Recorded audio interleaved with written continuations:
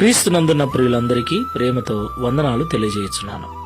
మే నెల 31వ తేదీ 2024. ఈరోజు దేవుడు మనకు చేస్తున్న వాగ్దానం ఏమిటనగా కీర్తనల గ్రంథము 64వ కీర్తన 10వ చరణం. యథార్థ హృదయులందరూ అతిశయిల్లుదురు. ఆమెన్. నా ప్రియమైన సహోదరి సహోదరులారా, అతిశయిల్లటము అంటే గౌరవించబడటం, కీర్తించబడటం. దేవునికి మహిమ కలుగునుగాక. మనమందరం కూడా అందరూ మనల్ని గౌరవించాలని, మనము లేకపోయినా మన గురించి కీర్తిస్తూ ఉండాలని మనం కోరుకుంటాం. అది మంచిదే. అయితే గౌరవం అన్నది, కీర్తి అన్నది మన దగ్గరున్న డబ్బును బట్టో, పదవిని బట్టో, ఉద్యోగాన్ని బట్టో వస్తుందని చాలా మంది అనుకుంటూ ఉంటారు.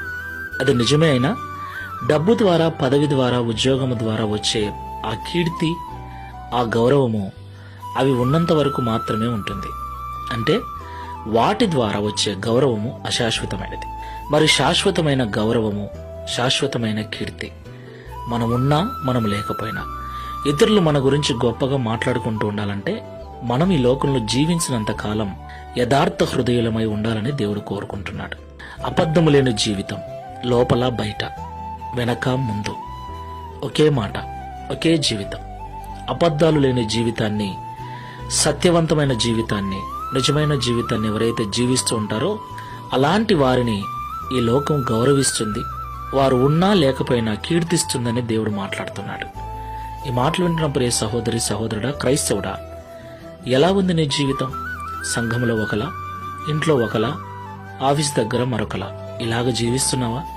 ఒకసారి పరిశీలన చేసుకుని ప్రార్థన చేసుకుందాం. పరిశుద్ధుల ప్రేమగల తండ్రి, మీకు స్తోత్రాలు.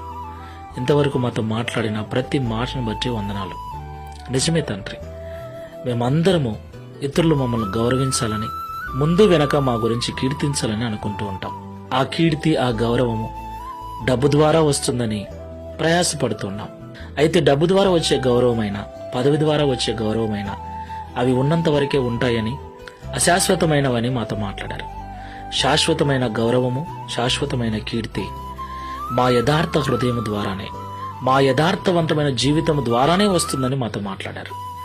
ఈ ప్రార్థనలో ఏకీభిస్తున్న మేమందరము కూడా సంఘములోను, ఇంటి దగ్గరను, సమాజములోను, పనిచేసే చోటను, ఎక్కడికి వెళ్ళినా ఒకే మాట, ఒకే జీవితం.